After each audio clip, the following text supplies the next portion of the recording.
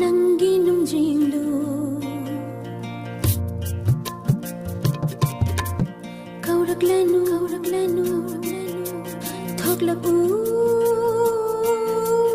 hai na Ngasigi thabal se phajai hai bakhang Nanakta yingba